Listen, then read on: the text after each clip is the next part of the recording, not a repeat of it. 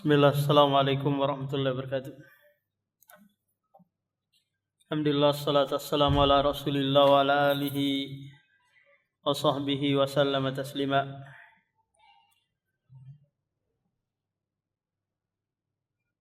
An Abi Hurairah radhiyallahu anna an-nabiyya qala idza amma ahadukumun nas falyukhaffif fa inna fihi mudsaghira wal kabira wad dha'ifa wa dzal hajati fa idza shalla wahdahu falyusalli kaifa sya. Dari Abu Hurairah bahwasanya Nabi berkata, apabila salah seorang di antara kalian mengimami manusia, maka hendaklah diringankan salatnya. Karena di belakang kalian yang menjadi makmum ada anak kecil, ada orang tua, ada orang yang lemah, ada yang punya hajat. Apabila kalian salat sendirian, maka salatlah sebagaimana yang engkau kehendaki. Ucapan Rasulullah ini mengarah kepada seluruh sahabat, tapi sababun nuzulnya ini kepada kejadian sebelumnya, yaitu takala Mu'adz bin Jabal mengimami kaumnya di saat sholat isya dengan memanjangkan bacaan. Nah, maka Rasulullah memberikan arahan yang sifatnya umum, yaitu siapa saja yang mau jadi imam, maka penting untuk memperhatikan keadaan si makmum. Beda kalau kita sholat sendirian. Silahkan kalau mau baca di rakaat pertama surah Al-Baqarah, di rakaat kedua Al-Imran, paham? Sesuai dengan kemampuannya sendiri. Kalau dia menjadi imam, ini ada yang ikut di belakang. Maka perlu diperhatikan. Umar radhiyallahu an pernah berkata, La tubaghidu Allah ila ibadihi. Janganlah salah seorang di antara kalian menyebabkan orang itu tidak senang ibadah, murka kepada Allah. Dengan sebab apa? Memanjangkan bacaan. Tapi hendaknya apa? Dibuat nyaman makmum di belakang. Tapi kalau sekiranya makmumnya kuat-kuat gitu, gak terlalu banyak kebutuhan, maka mungkin bisa dipanjangkan.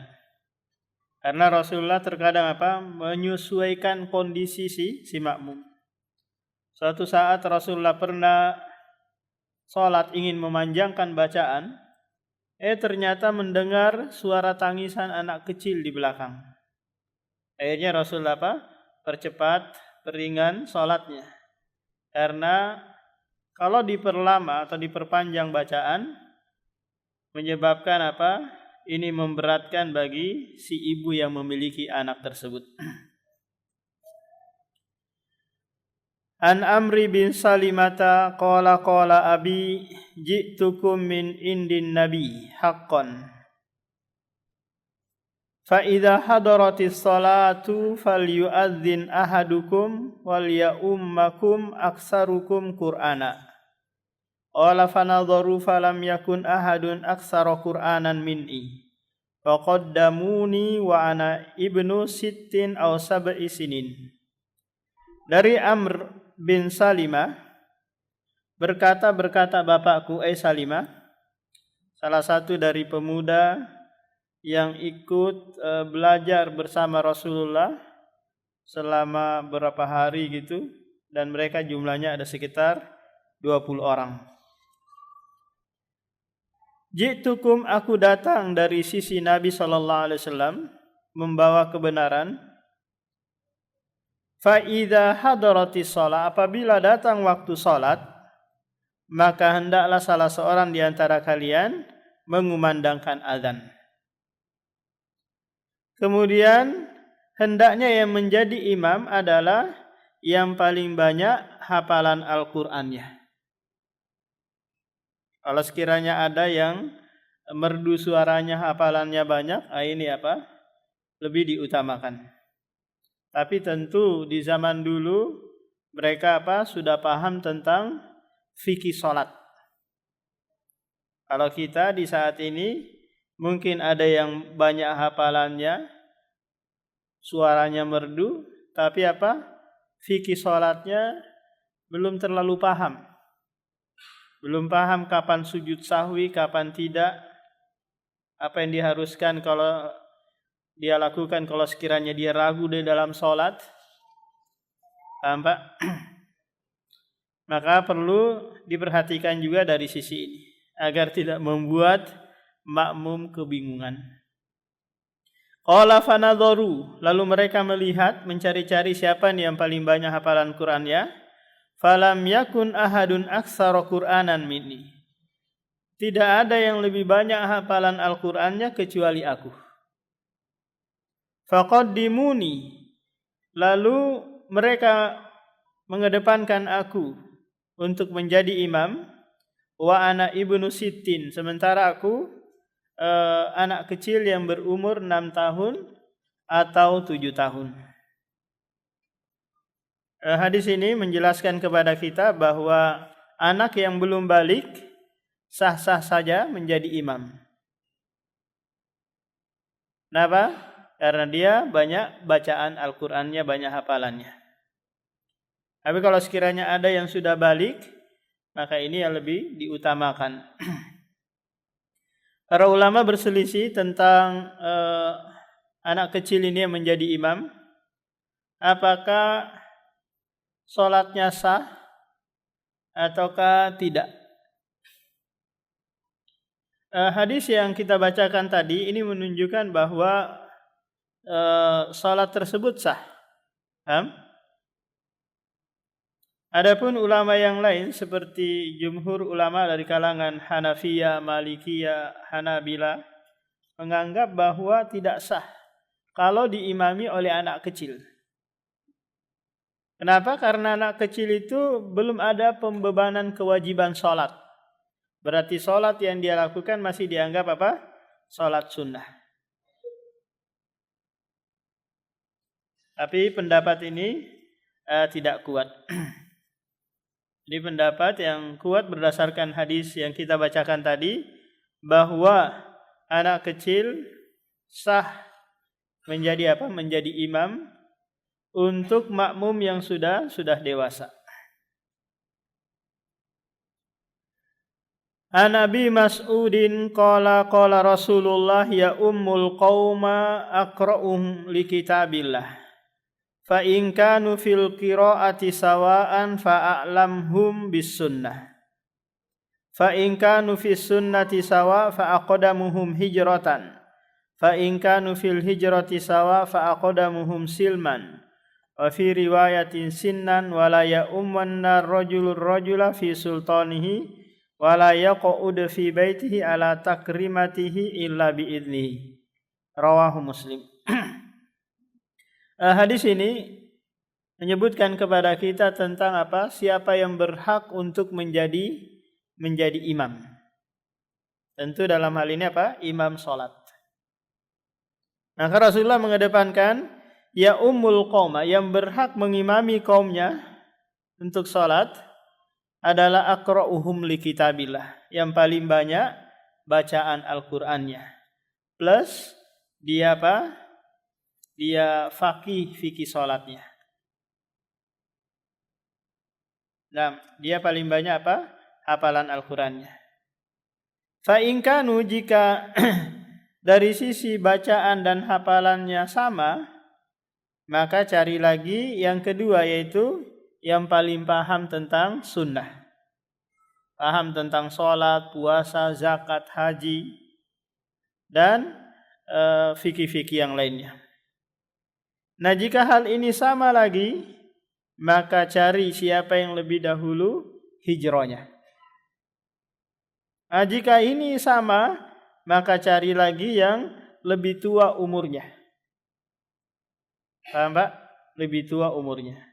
Kita kalau di Indonesia terbalik Pak, yang lebih tua dikedepankan. Paham? Dilihat, oh ini yang paling tua ini, ini dikedepankan. Bahkan dia yang lebih dahulu maju tanpa disuruh sudah sudah maju. Padahal dari sisi bacaan Al-Fatihahnya enggak memenuhi standar, bacaan pendeknya, panjang pendeknya juga enggak terpenuhi, maka ini mudarat. Jadi ini adalah aturan yang disampaikan oleh Rasulullah kepada kita untuk memilih imam yang mengimami kita di masjid-masjid.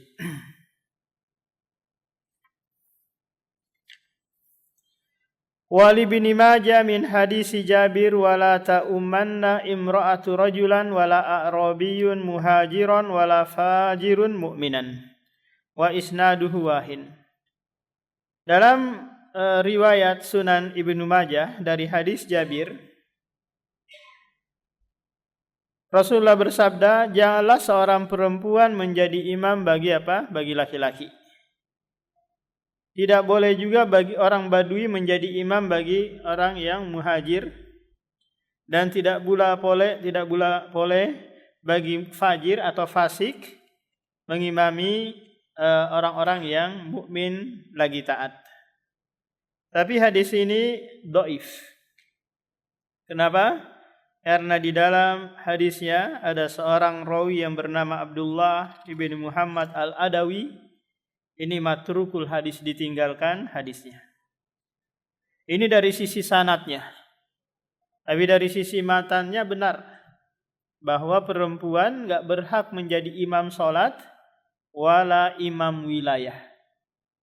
Paham, Pak? Jadi tidak sah kalau dia mengimami kita salat. Lantas bagaimana kalau dia mengimami kita dalam hal wilayah? Dia jadi gubernur mungkin, atau bupati, atau jadi ketua RT. Maka ada hadis lain di sana yang menyebutkan man wallahu imra'atan la yuflihu qaumun, tidak akan beruntung suatu kaum yang wallahu imra'ah, yang menjadikan perempuan sebagai pemimpin mereka. Apakah itu di tingkat atas ataukah paling bawah? Jadi laki-laki masih banyak. Yang jadi masalah kalau kalau tidak ada yang maju dari kalangan laki-laki, yang maju hanya perempuan. Gimana nih Pak? Golput kah kita? Iya, wajib golput. Lantas kalau golput semuanya, kira-kira bisa nggak mereka tetap terpilih, Pak? Kalau nggak ada yang milih, bisa? Pak Batiar. Contoh dalam satu daerah, taruhlah Balikpapan, yang mencalonkan diri perempuan. Calon-calonnya ada 2 perempuan. Terus sepakat warga Balikpapan semuanya mencoblos kotak kosong atau golput. Kira-kira mungkin nggak si perempuan ini terpilih? Mungkin kira-kira Pak? Langsung dipilih oleh presiden mungkin?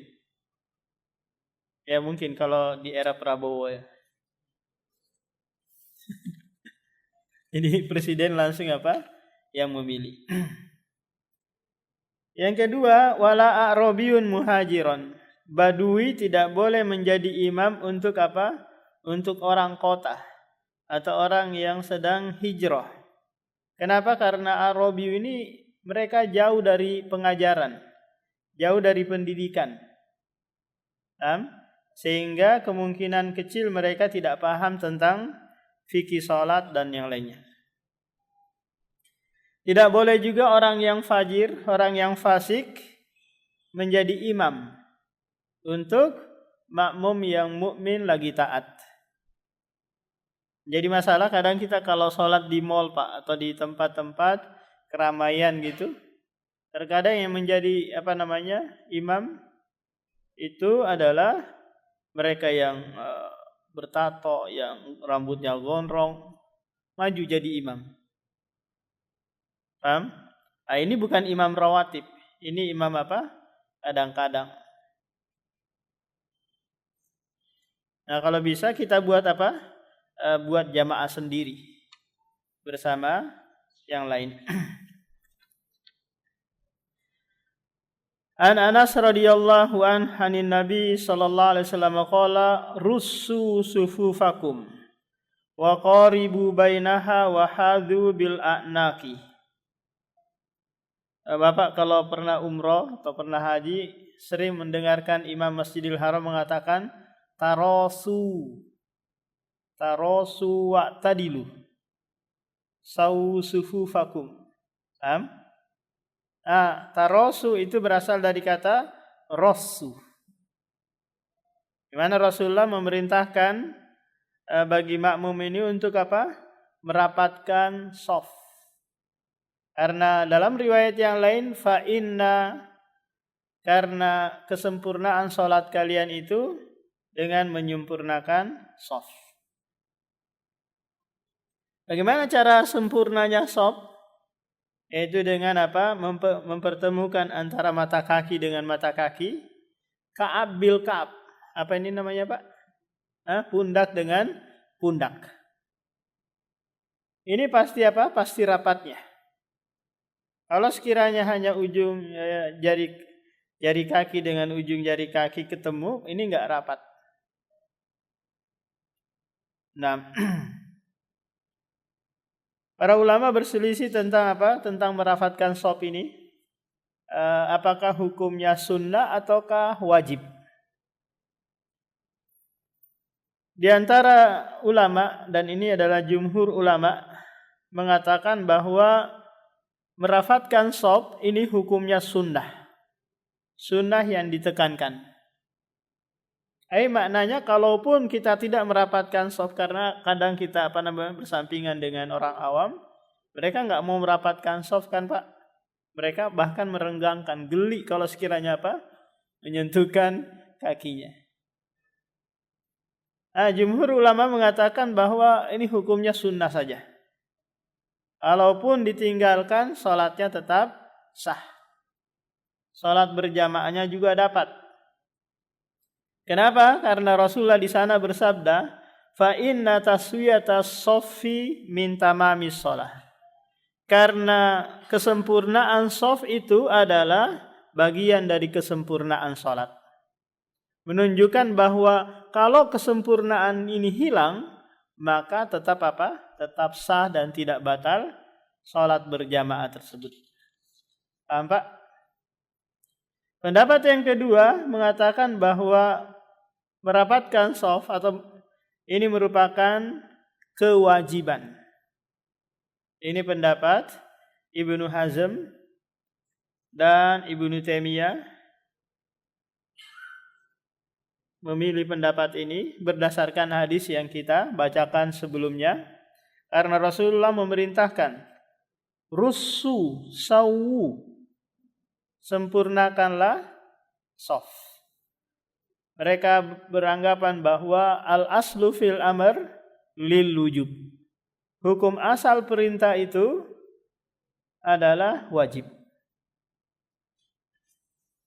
Jadi yang lebih kuat dalam hal ini adalah sunnah atau mustahab.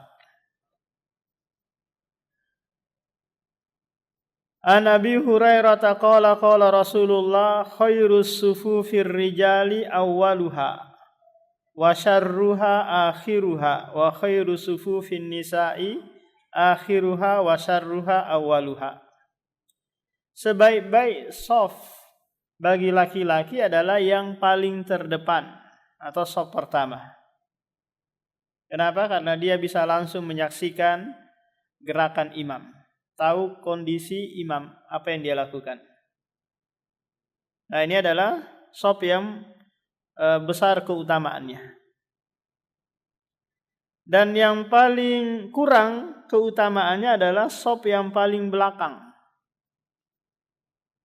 Pahalanya berkurang dibandingkan shaf yang pertama. Maka di dalam hadis yang lain Rasulullah menyebutkan seandainya kalian tahu tentang keutamaan shaf pertama, maka kalian berusaha meskipun harus harus mengundi. Karena kita tidak kurang tahu, maka kita cuek, bahkan mengedepankan orang lain. Pak, silakan Pak, Bapak aja. Ini hukumnya makruh Pak. Karena mengedepankan orang lain dalam hal ibadah, ini Ini hukumnya makruh.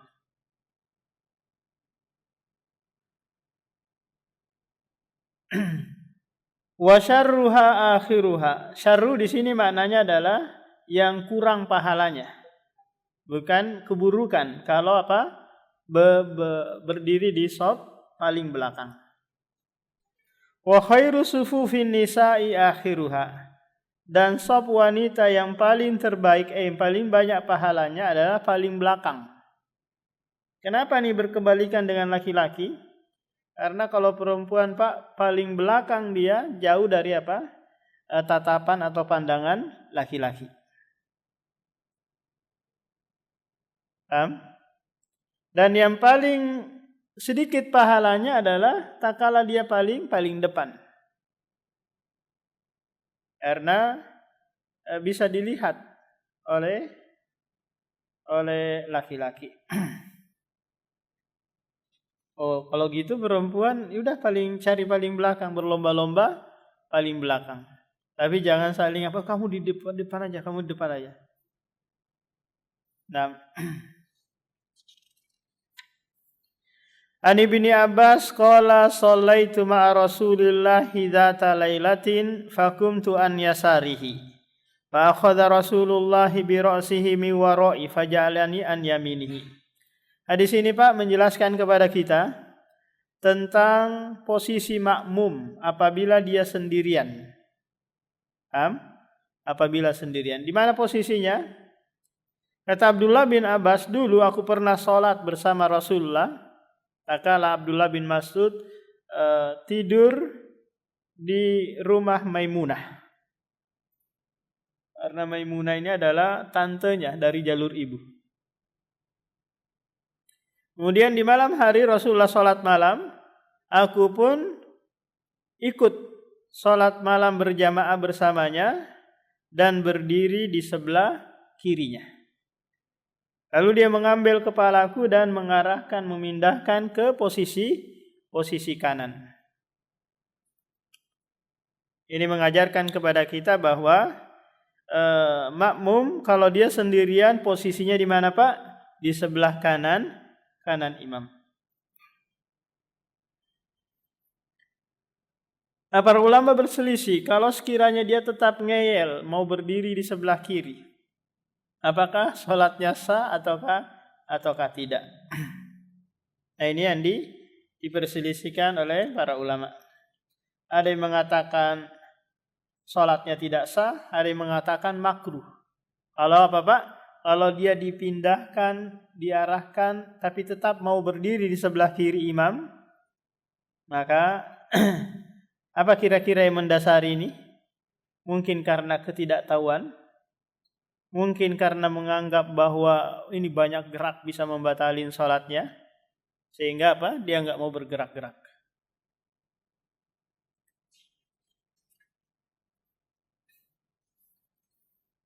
Nah, yang jadi masalah kadang kita sholat sendirian. Kemudian ada orang yang mau menjadikan kita sebagai imamnya.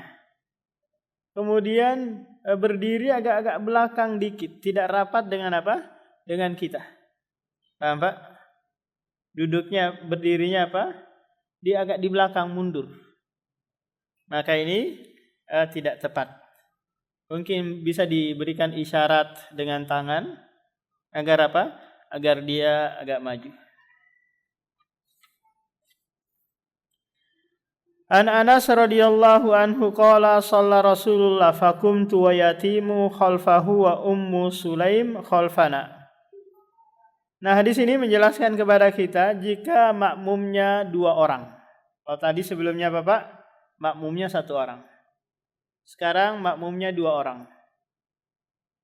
Maka bagaimana?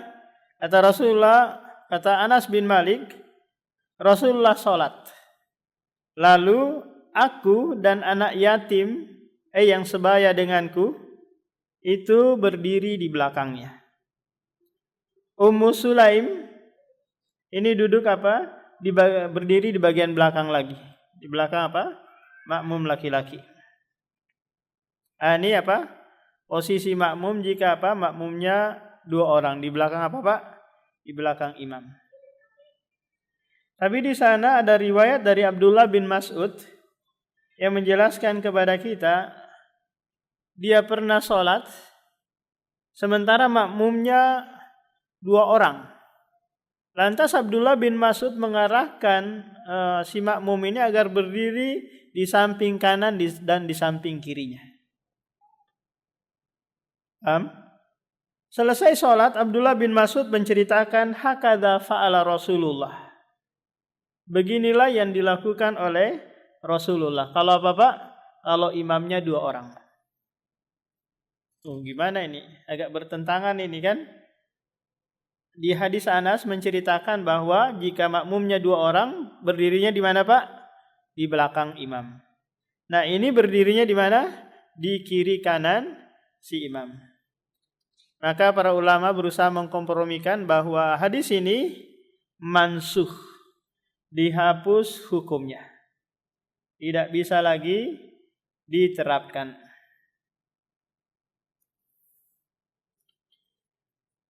Alasan yang lain karena apa? Karena kondisi atau tempat yang ditempati Abdullah bin Mas'ud pada waktu itu tempatnya sempit. Kalau sekiranya makmumnya berdiri di belakang, nggak muat. Paham, Pak? Berarti apa? Ruangannya agak lebar. Paham? Taruhlah ruangannya hanya 1 meter kali 2. Kira-kira bisa nggak sholat, Pak? 1 meter kali 2. 1 meternya nanti menghadap ke kiblat. 2 meternya atau 3 meternya menghadap ke kiri ke kanan.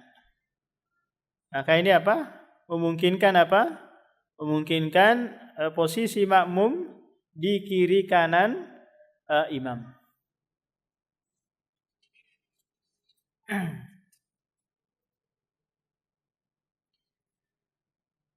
An Abi Bakrah annahu intaha ila an-nabi wa huwa raki'un faraqa'a qabla an yasila ila as-saffi faqala lahu an-nabiyyu zadakallahu hirsan wa la ta'ud. Wa zada Abu Daud faraqa'a duna as-saffi thumma masya ila as-saffi.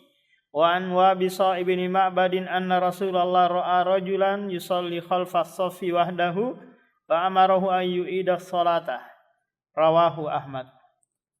Walahu antalkin la salata limunfaridin khalfas saffi. 4 hadis ini yang dibawakan oleh penulis, Pak, menyebutkan kepada kita tentang hukum makmum yang sholat sendirian. Makmum yang sholat apa? Sendirian. Shaf pertama sudah penuh. Dia datang, dia berdiri sendirian. Apa hukumnya ini? Makmum yang sendirian seperti ini. Apakah sholatnya sah ataukah batal? Paham? Karena ada hadis yang ketiga kita bacakan tadi. Rasulullah mengatakan la sholata limunfaridin khalfas shaffi. Tidak sah sholat orang yang sendirian di belakang shaf. Paham, Pak? Berarti apa? Shaf pertama atau shaf keduanya sudah penuh. Terus apa?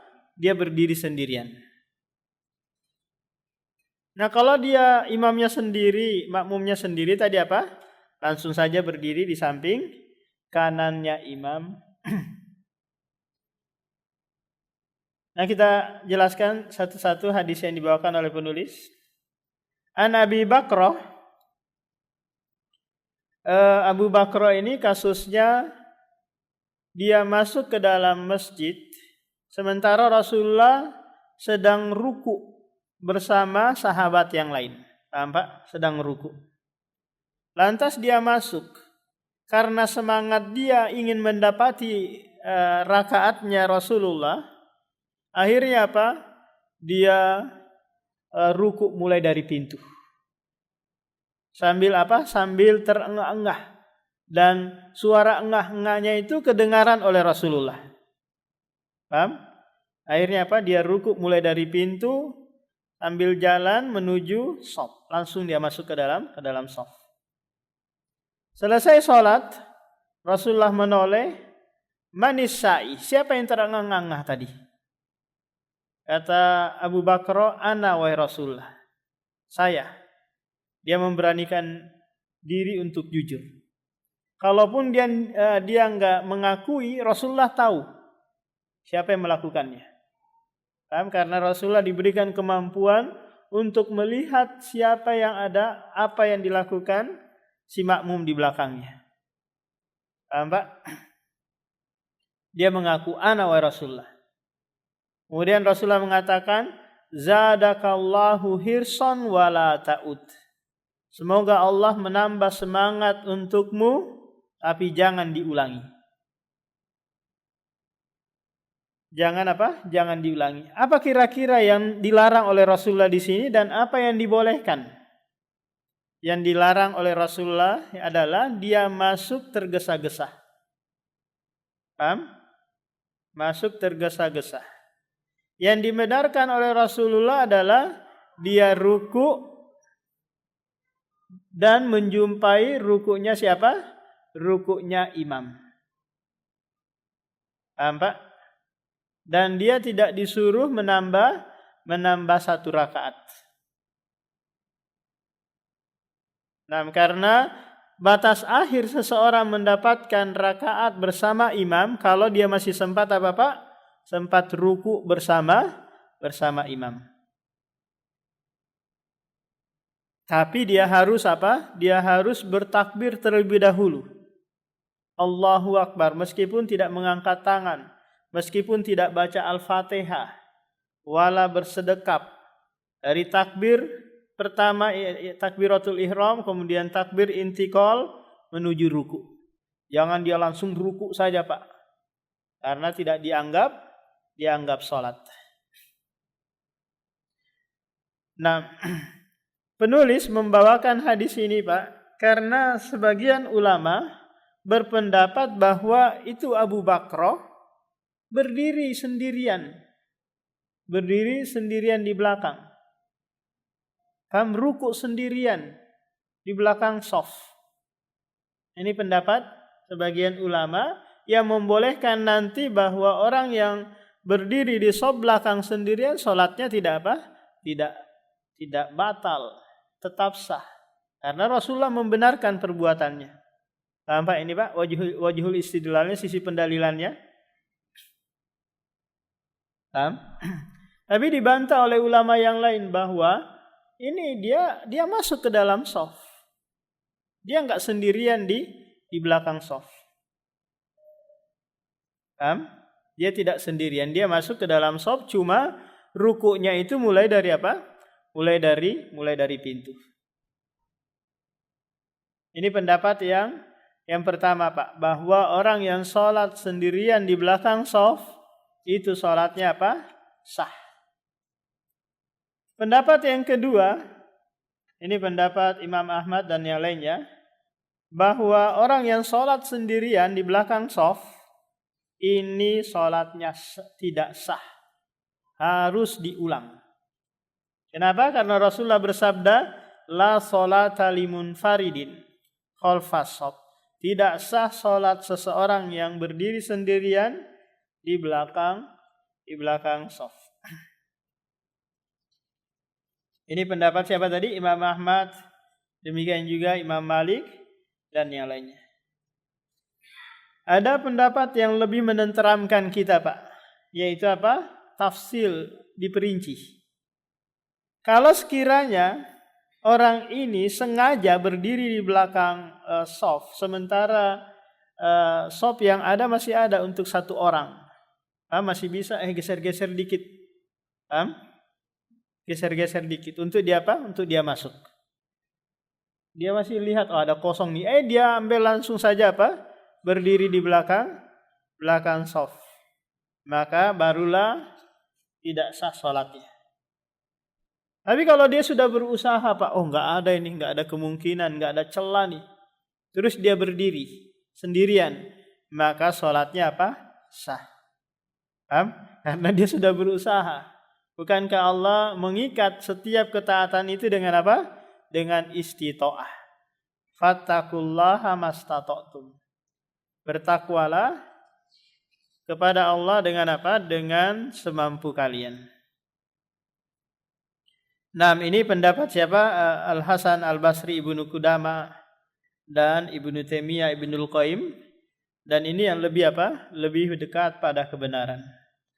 Adapun hadis yang menyebutkan bahwa jika engkau sendirian, maka kamu tarik satu orang di sop pertama atau kedua tadi Pak untuk menemani kamu. Tapi hadis ini apa? Hadis ini dhaif, lemah dan tidak bisa dipakai. Karena di dalam sanadnya ada seorang rawi yang bernama As-Sari bin Ismail, ini dhaif. Paham?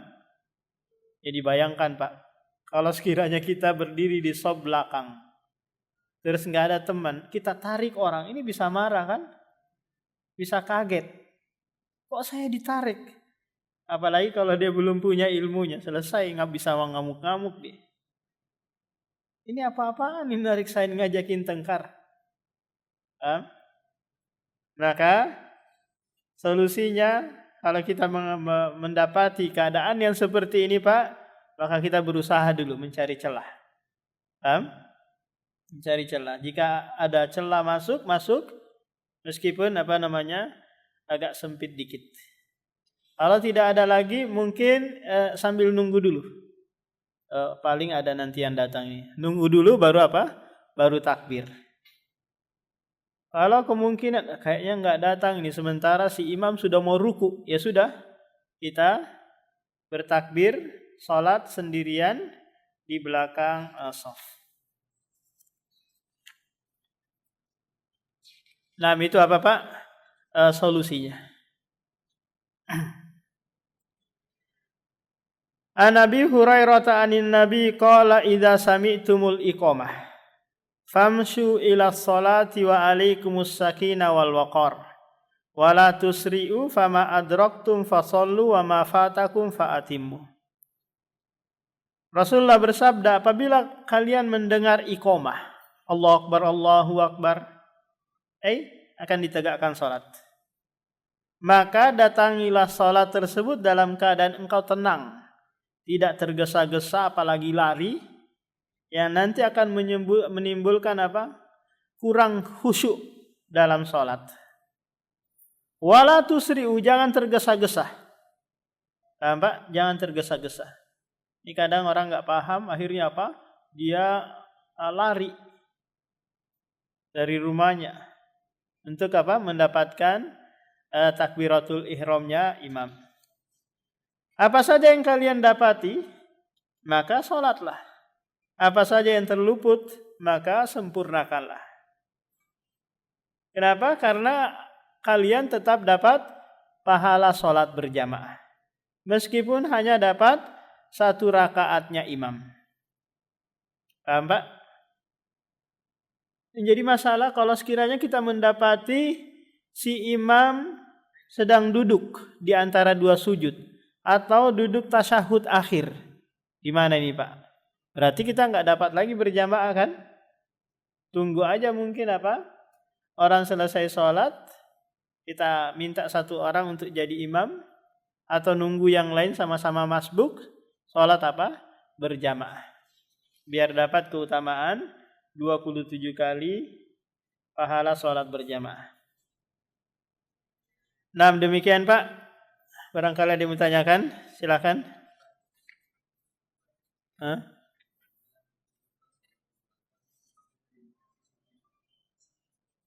Terindikasi sufi. Nah, ini masih tetap sah gitu ya sholatnya.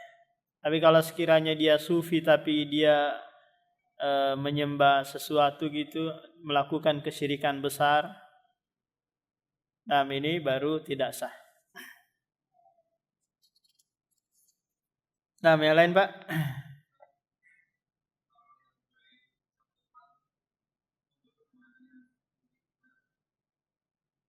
Ini tadi hadisnya dhaif ya, nggak bisa dipakai Pak. Jadi jangan narik orang. orangnya kesadaran sendiri, berarti dia meninggalkan keutamaan. Ya kan? Dan ini juga tidak ada tuntunannya. Ya sudah, dia sendiri, urus dirimu sendiri aja. Jangan Bapak berinisiatif sendiri, mundur, enggak usah. Bapak tetap aja di situ. Karena ini ibadah, enggak boleh mengedepankan orang lain dalam hal ibadah. Al-isaru fi ta'ati makruhun. Paham? Yang lain, Pak.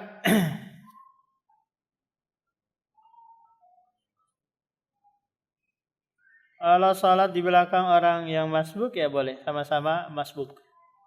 Iya.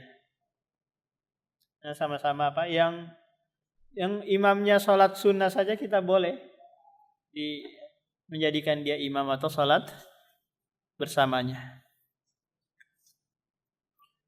Nah, yang lain, Pak. Hah?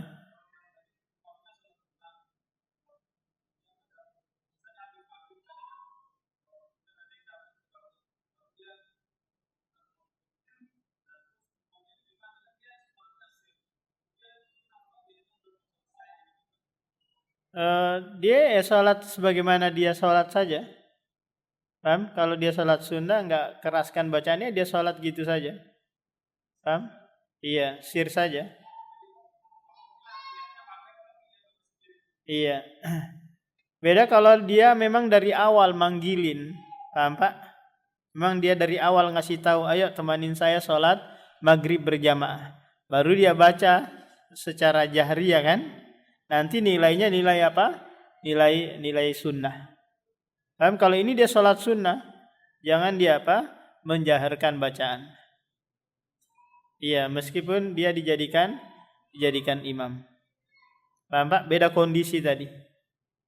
Dari awal dengan apa? Sudah di tengah jalan. Dia apa? Sholat sunnah. Nah, demikian. Pak, terakhir. Nasihat ya.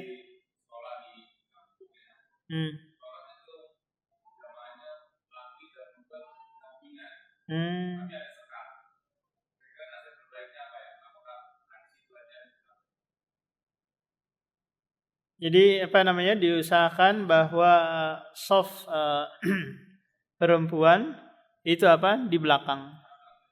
Iya, di belakang. Tidak bersamaan. Beda kalau sekiranya kondisinya kayak di Masjidil Haram, Pak, ya. Paham? Itu pengecualian di sana. Tapi kalau sekiranya memungkinkan diatur bagian belakang perempuan, nah ini. Cuma masalahnya karena banyaknya manusia, banyaknya jemaah umroh dan yang lainnya, maka hal ini kadang tidak bisa dilaksanakan. Nah, demikian subhanakallahumma wa bihamdika asyhadu an la ilaha illa anta astaghfiruka